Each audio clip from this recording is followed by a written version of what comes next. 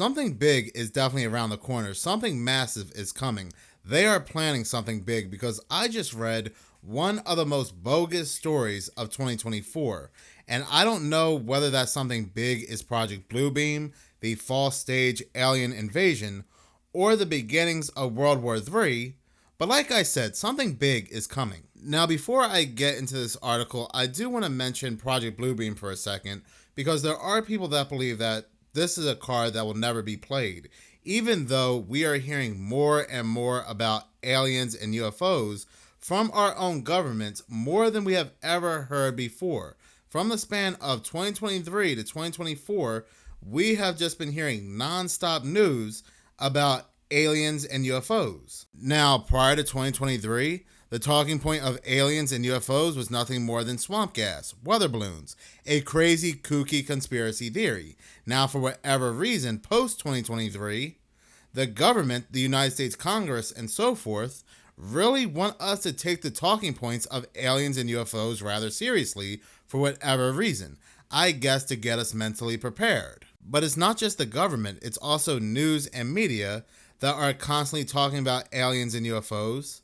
We have researchers and scientists telling us there's a giant mothership possibly lurking in our solar system, sending tiny probes to Earth. Then there's this asteroid, which they also believe is a UFO, which is course correcting its way to Earth and is massive.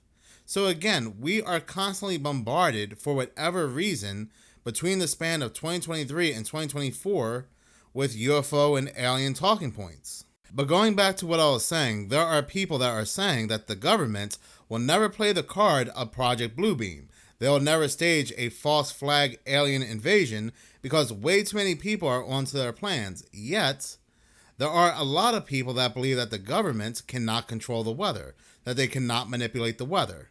And a lot of us are being pushed back when it comes to this talking point, that they don't have this technology to create hurricanes. Yet, we're supposed to make people believe that the government has technology that can bend time and space. There are people out there, a lot of people out there, that if you tell them the government is behind an alien invasion with very advanced technology, they'll just laugh in your face. They'll just call you a fool. They'll just call you a MAGA conspiracy theorist. So yes, just like we saw with this whole weather control, weather manipulation, between the government, news, and media, and AI bots flooding the comment sections of social media, they can definitely control the narrative and have people believing that they are not behind any staged events when it comes to aliens and UFOs. Now, also, before I do get into this article, I do want to say that when I talk about Project Bluebeam, the false stage alien invasion, I'm not saying that entities do not exist. Of course they do, or I believe they do anyway. I believe shadow people exist. I believe a lot of cryptids exist. I believe there are higher and lower dimensional entities. Yes, I do. But the ones that will attack us soon are made in the lab. This is the exact talking point of Yuval Harari, the advisor to the chairman of the World Economic Forum, Klaus Schwab, who, as of right now, are fast-tracking the 2030 agenda, the one world government. And he says this: is the end of human history, the end of human-dominated history. History will continue with somebody else in control. In 5 years, there'll be a technology that can make decisions independently and that can create new ideas independently. Maybe they'll be nice. Maybe they'll solve cancer and climate change, but we are not sure. I'm tending to think of it more in terms of really an alien invasion, an alien fleet of spaceships coming from planet Zircon or whatever with highly intelligent beings. This is what we are facing, except that the aliens are not coming in spaceships from planet Zircon, they're coming from the laboratory. If the humans are divided among themselves and are in an arms race, then it becomes almost impossible to contain this alien intelligence. So, of course, like Yuval Harari said, there are aliens being made in the lab, and the purpose behind these aliens is to push that one world government. Because how are all these countries going to suddenly come together if they are divided? Well, you create a common enemy. But anyway, I do apologize. When it comes to Project Bluebeam, I can talk about that subject until I'm blue in the face. I can talk about it for days.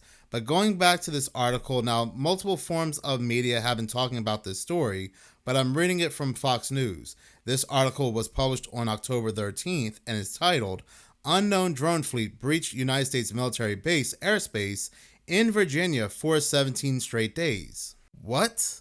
I said what? Let me go ahead and say that one more time for the people in the back. Unknown drone fleet breached United States military base airspace in Virginia for 17 straight days. Now, here's what I found odd about this story. Why are they telling us about this now? Why are they releasing this now? Now, YouTubers were talking about this story 6 to 7 months ago, so this is something that was already known. Yet, for whatever reason, they are releasing this story like it's brand new. But for 17 straight days, they let unknown flying objects, they don't know if they're drones, they're only guessing if they're drones, but they let unknown flying objects into the military airspace, restricted airspace, for 17 straight days. Make that make sense. This article continues to say, mysterious drones swarmed Langley Air Force Base for over 2 weeks last year. A mysterious fleet of drones entered restricted airspace and swarmed a United States military base along the Virginia coast for 17 days late last year, stumping the Pentagon, according to a new report. The Pentagon has no idea who these drones belong to that were flying unmanned in restricted airspace for 17 straight days. But I believe they know what they are. But anyway, they say anyway, they don't know if they belong to a citizen that has a hobby in drones. They don't know if they belong to China, Iran, and Russia, who are supposedly our enemies anyway, if you believe the whole theater. But they have no idea what they are. So the question is, why didn't they just shoot one down to identify one? Well, that is a good question because I don't know. Apparently, there's some kind of law that you can't shoot down or take down a drone or an unidentified flying object as long as it's not causing any harm. So that's very convenient. That's why I say I believe they know what they are, because there is no way they would allow foreign flying technology. If you believe, like I said, if you believe the whole theater that we have enemies in China, Russia, and Iran, there is no way they would allow the thought of one of their drones entering into restricted United States airbase. There's just no way. Even if these drones belong to a United States citizen and they were just flying them around for fun, and they entered restricted United States airbase for 17 straight days, you don't believe that they would shoot these drones down. You don't believe that. Wonder what would happen if one of these drones suddenly entered into Area 51. I wonder how long they would last for. There will definitely be some people that will believe this story. There will be some people that will say, and they always say this, they'll say that my uncle or my peepaw, he flew a drone right next to Air Force One. He flew it right along Air Force One, and the president gave it a thumbs up. So Minutes of Horror, you're just spreading fear. You are a fearmonger. But anyway, I'm getting angry just reading the story. But anyway, Kelly described the first drone he saw as roughly 20 feet long and flying at more than 100 miles an hour at an altitude of roughly 3,000 to 4,000 feet. As many as a dozen or more drones followed, flying across Chesapeake Bay and then traveling toward Norfolk, Virginia, and through a space overlooking the base for the Navy SEAL Team 6 and Naval Station Norfolk, the world's largest naval port, according to the journal. The report said officials could not determine if hobbyists or adversaries, such as China or Russia, were responsible for the drone fleet. Reports of the matter reached President Biden and resulted in 2 weeks of meetings at the White House in December of 2023. The journal reported those meetings included the Defense Department, the FBI, and the Pentagon's UFO office, as well as outside experts. So again, like I said, why are they telling us this now, almost a year later?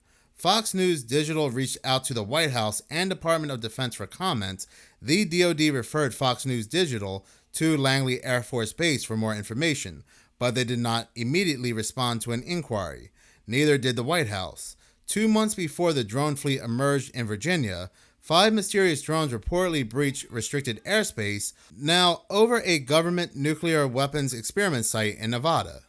Now, like I said, they know what they are, and I guarantee you anything, anytime between the end of 2025 and perhaps the beginning of 2026, we're going to hear that drones that they're going to say are UFOs or UAPs are attacking military base. They are attacking nuclear sites.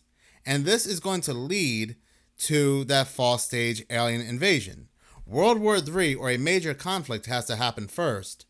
And then we're going to start hearing reports, like I said, that UFOs and unidentified flying objects are attacking military sites, perhaps in the United States or even around the world. But anyway, I do want to hear from you. What do you make of this story? Please do comment in the comment section below.